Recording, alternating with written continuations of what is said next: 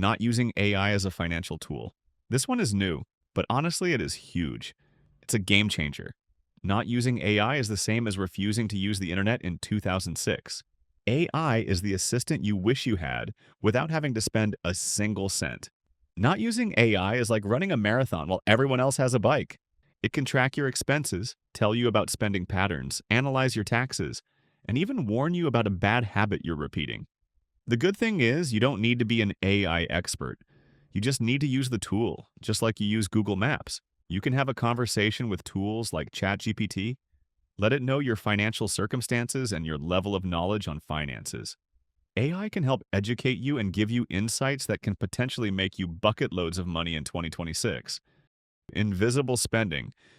You never check your bank account, but one day your mind tells you, maybe it's time to take a quick look. You look at it and realize, wow, it's suspiciously low, but you swear you didn't really buy anything? This is known as invisible spending.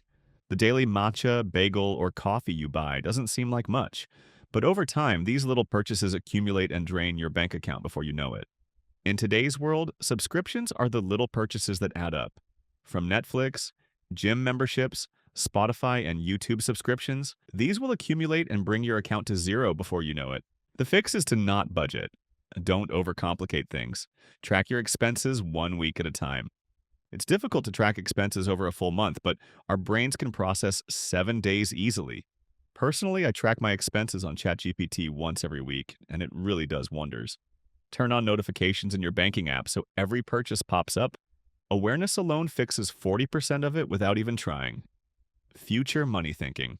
This one is a deep trap for many of us. You spend significantly today because you think your future self will have everything under control. You tell yourself things like, I get paid next week, so I'll be able to afford these clothes, or next month will be a better month.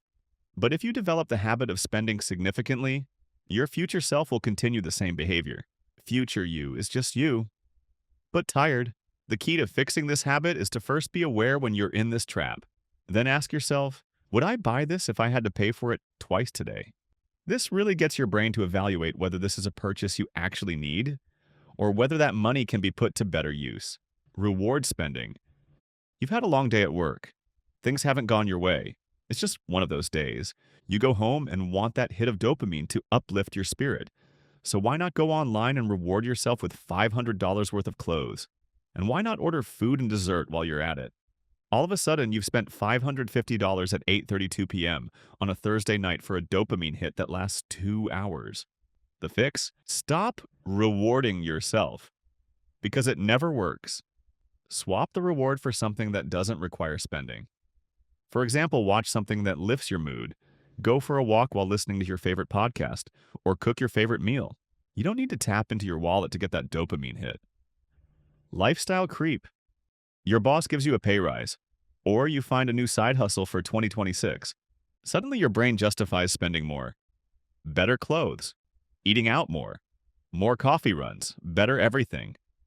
And before you know it, you're saving the same as before. Or even worse, spending more. The easy fix is to lock in a savings rate based on your lifestyle. For example, save 30% of your income and put it into a separate savings account. An even better strategy is to set up automatic transfers as soon as you get your fortnightly income. Make accessing this bank account as difficult as possible. The amount of resistance will prevent you from spending it. I promise you, I tell you, future you will thank past you for this habit. Chasing the image of wealth. In today's world, you see so many successful people online. It looks like they have it all. Cars, designer clothes, mansions. Some people genuinely earn enough to afford those things. But many people buy them way outside their means. This is literally done to impress people who won't remember you 10 minutes later. To fix this, you need to shift your pride. Invest in assets rather than liabilities. Assets provide income. Liabilities produce expenses. Make a conscious effort to see how much of your income is going to assets versus liabilities. Track your net worth monthly. It doesn't need to be exact. Just look at your assets minus your debts. You could earn $500,000 a year and still spend it just as fast.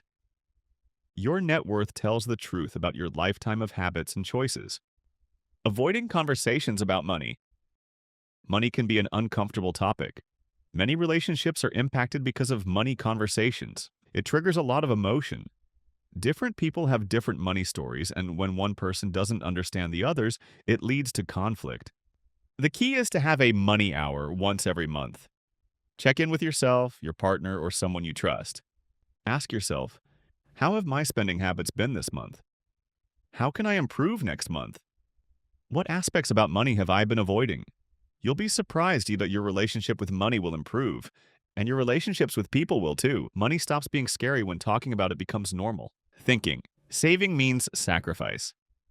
A lot of us have a negative perspective on saving. We think saving means sacrificing our present self for our future self. It's important to reframe this idea. Instead, tell yourself that saving leads to future freedom, less stress, and more options. You'll have more peace now, and your future self will thank you. The all or nothing mindset. You tell yourself, you know what? Today is going to be different. I'm going to cut out spending, become a money monk, and save every penny I make. And then a week later, you don't keep the promise and start binge spending again. This trap is called the all or nothing mindset. You have the best intentions, but it just isn't sustainable. The fix? Tiny changes that compound over time. Save 1% more than you used to. Eat out one less day per week. Cut one subscription. Buy the cheaper option that still gets the job done. These small habits are sustainable, and they compound fast. Over time, your spending habits collapse dramatically. Living on borrowed money. Credit cards, and more credit cards. It's all bad debt, Afterpay included. Buy now and regret later. The problem with bad debt is that it accumulates, and over time the interest creeps up on you. Use a credit card as a tool, not a crutch. Only make a purchase with a card if you already have the money in your account to pay it off. Credit cards have high interest. Only make things difficult. Automate repayments so interest never even gets the chance to whisper your name. Not learning basic financial skills. Taxes, superannuation, investing, insurance. These are all important financial concepts that can make you thousands and also save you bucket loads. With so much free information online, learning these things is easier than ever. Start small. Follow 1 or 2 YouTubers who explain basic finance. Watch videos for 1 hour per week. Learn something small each week. What you learn compounds quickly and gives you the knowledge needed to do well. Every one of these financial habits keeps you broke in 2026 in a quiet, steady way. Not because you're irresponsible, but because your brain is wired to seek comfort, convenience, and whatever feels good now instead of what pays off later. But wiring can be changed. And if even one habit in this list sounded a bit too familiar, that's not failure. That's a starting point. Pick one thing to fix, just one. Because once you see a little progress, you'll want more of it. If this helped you, share it with someone who might need the same wake-up call. And if you want more videos like this, you know what to do.